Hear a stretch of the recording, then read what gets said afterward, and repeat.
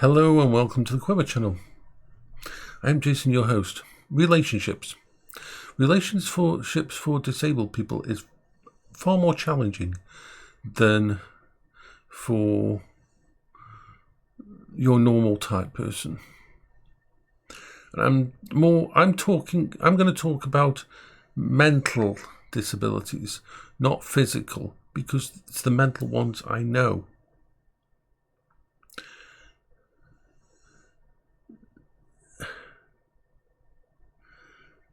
When I was 19, my best friendship was with a 9-year-old who lived next door, who was into games and everything. Like me, I set up 2 computers, 2 Amigas in my spare room upstairs, linked them together via serial play, and after he had done his homework, after he had his tea, he would come round until basically bedtime, and we would game together, and it was brilliant.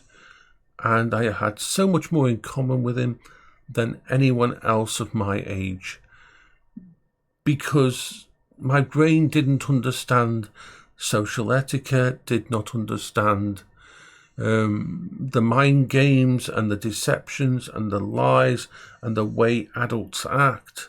And so for probably 4 years, he was my best friend, and until they moved away.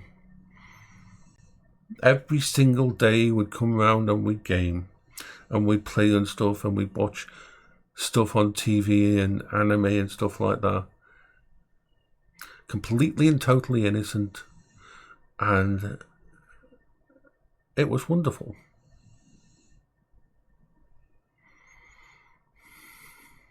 When I was at college, and college really did burn me out a lot. When I would come home, sometimes my niece would come to visit, and she was once again very young, and she would come upstairs and spend the evening on my lap playing Magic Carpet, the Bullfrog game, on my computer and blowing up all the trees and that. And it was just ridiculous fun. I could just laugh, I could giggle, and everything was completely awesome because there was no judgment of being an adult and that didn't fit with me. Most people my age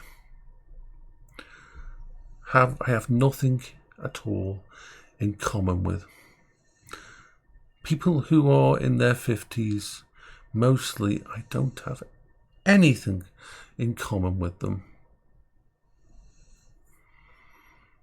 Most of the people in my area are into being adults, and they go out for drinks at pubs, and they play darts, and they follow football, and all these other weird sports that I don't have any interest in.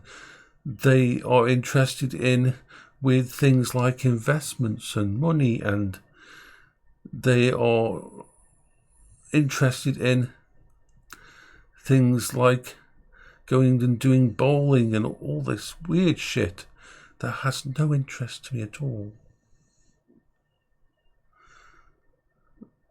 I want to watch anime, play games, play with action figures. Makes me happy. My best friend at the moment, Britt, who comes to visit me, also autistic, is at least 25 years younger than me, but I have nearly everything in common with this person. I have a technology affinity. I will be gaming till the day I die. I will never stop gaming, never stop liking cartoons, never stop liking childish things. It's part of my nature and who I am. It is where I am at peace.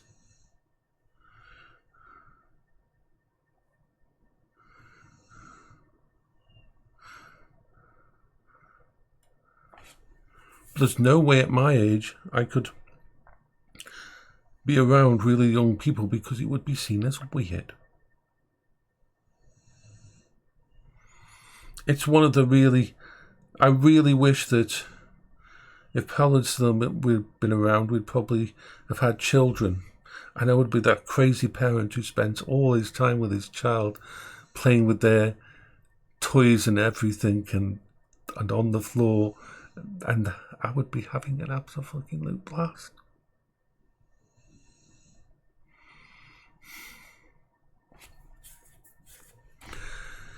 These days, if an adult is interested in that kind of thing, it's classed as creepy.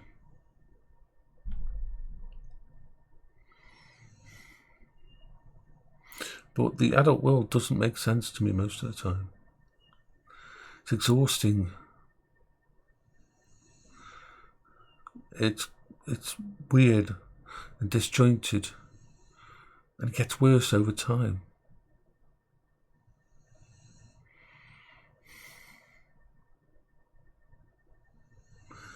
Which is really sad. Then there's the overshare problems. Oh God. If I really like someone, or even if someone becomes a new friend, I share everything. As quickly as possible, within the first 24 to 36 hours, whether it's a relationship or a friendship, they will know everything about me. Even down to what kind of porn I like. I don't have a choice. I will share everything. I want them to know everything about who I am, all my hang-ups, all my problems, all my positives, all my everything, so that they can run away before I become invested. I would much prefer someone to ghost me and leave me within 24 hours than to spend 6 months building them into my ecosystem as part of my life, part of my bandwidth, and then they disappear when I do something weird or childish. This doesn't mean I can't be an adult. This doesn't mean I can't deal with the big shit. After all, I dealt with Paola's cancer and everything.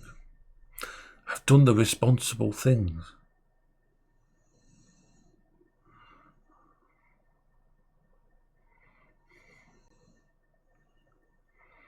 But yeah, this is why it's not that I've given up on finding anybody relationship-wise, but the chance of it happening these days is very, very thingy, because the world has moved on. I will always be a child. I will always want to do silly shit and have fun. I'll always be at my happiest giggling with my friends on Discord and blowing and seeing things being blown up and that. To me, that's pure joy.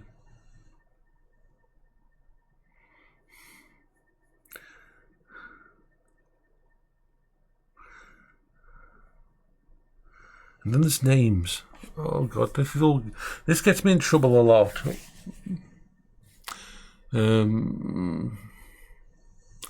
Most of the people I meet are online to start with, and my brain will associate that person with the first name they have. It doesn't matter if later on they tell me their real name. It doesn't matter if they come to visit me at my house. For example, Brit. Brit is not his real name. Brit is his part of his Discord name. I won't say the entire name, but Brit is part of his Discord name. Brit will forever be Brit to me, even though his real life name is something completely different. I know his real life name, but my brain will never associate this person with another name. And this bothers some people. Thankfully, it doesn't bother my friends.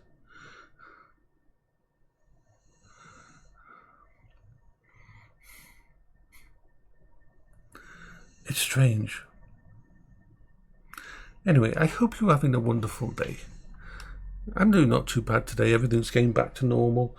I'd say within another day I might take out the Quingo. I'll see how I am, but I'm feeling a lot better today. So bye-bye for now.